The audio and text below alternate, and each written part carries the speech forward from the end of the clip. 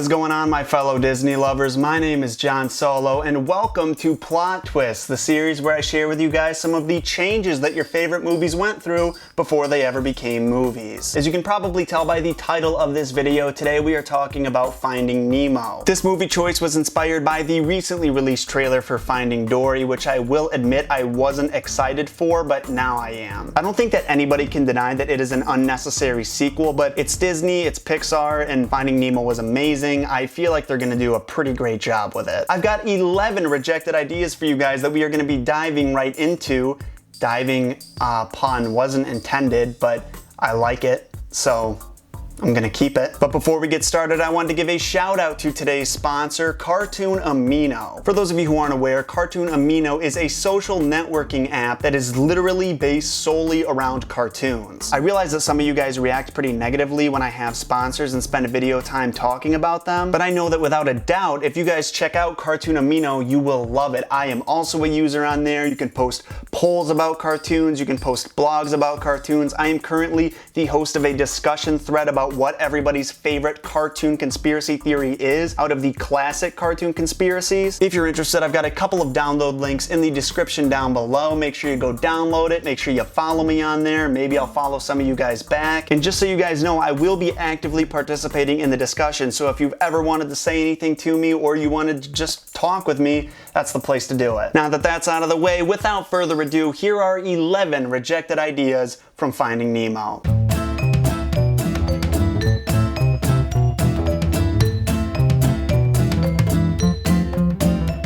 In the original cut of the movie, the whale that swallows Marlin and Dory approaches them from the front and not from the back, and you can see this in an early trailer. The change that made the whale approach them from behind was inspired by an early animation test that showed a whale swimming out of the ocean murk approaching a small fish from behind. An actor named Barry Humphries plays Bruce, the shark who firmly believes that fish should be friends and not food. However, a multitude of Australian actors were considered before Barry was. This extensive list full of actors I've never heard of includes names like John Jarrett, Ray Meager, Ross Higgins, Peter Moon, Glenn Robbins, Russell Gilbert, Jamie Dunn, Burt Newton, Mark Mitchell, Paul Hogan, Brian Brown, Michael Vitch, and Kim Gingle. Probably butchered like most of those names because, as you guys know, I'm terrible at pronunciation. The director of the film, Andrew Stanton, voices the sea turtle Crush, but that was not always the plan. He was only supposed to provide the voice for the rough cut of the film, but kept it when it proved to be popular in test screenings. Nemo's father was originally going to be voiced by William H. Macy, who some of you may remember as Jerry Lundegaard in Fargo. However, after seeing a rough cut of the film with Macy's voice, the CEO of Disney at the time, Michael Eisner, was not impressed. He actually told his board of directors, and I quote, "This will be a reality check for those guys. It's okay, but nowhere near as good as their previous films.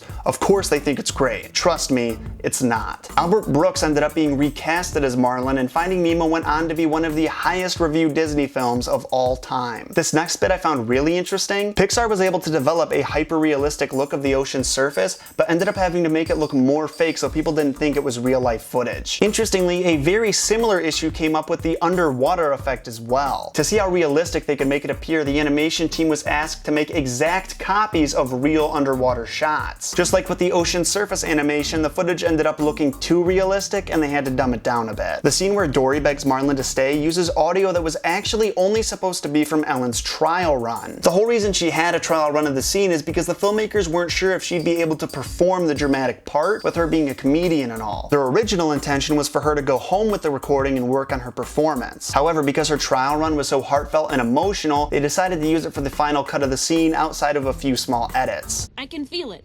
And I look at you and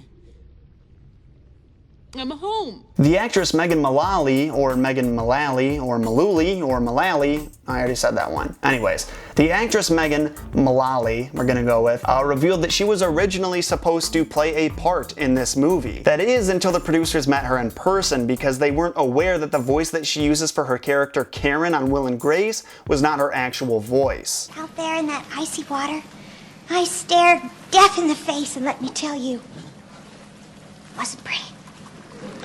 Yeah, there it is again! They ended up hiring her anyway and encouraged her to use that Karen voice, but when she refused, she was fired. John Lasseter asked both Danny Elfman and Hans Zimmer to score Finding Nemo, but both of them rejected the offer. Thomas Newman ended up being the man for the job, who is the cousin of Randy Newman, who actually scored every Pixar film prior to Finding Nemo. The pelican character Gerald, who in the final film ends up swallowing and choking on Marlin and Dory, was originally supposed to play a bigger part and be friends with Nigel, the pelican who helps Marlin and Dory find Nemo. The original plan was for the two characters to play against each other, with Nigel being very neat and fastidious while Gerald was sloppy and pretty gross. The idea ended up being scrapped though because the filmmakers couldn't find a way to incorporate it without slowing down the pace of the film. The fate of Marlin's wife was originally supposed to be revealed through flashbacks that happened periodically as the story progressed. This idea ended up being scrapped though after a few in-house screenings where it was found that Marlin came off as too much of a worrywart. It's because of this that the movie started with the death of Marlin's wife, so there actually appeared to be a reason for Marlin being so crazy and on edge. So now it's time for you guys to tell me what out of all of the rejected ideas that I listed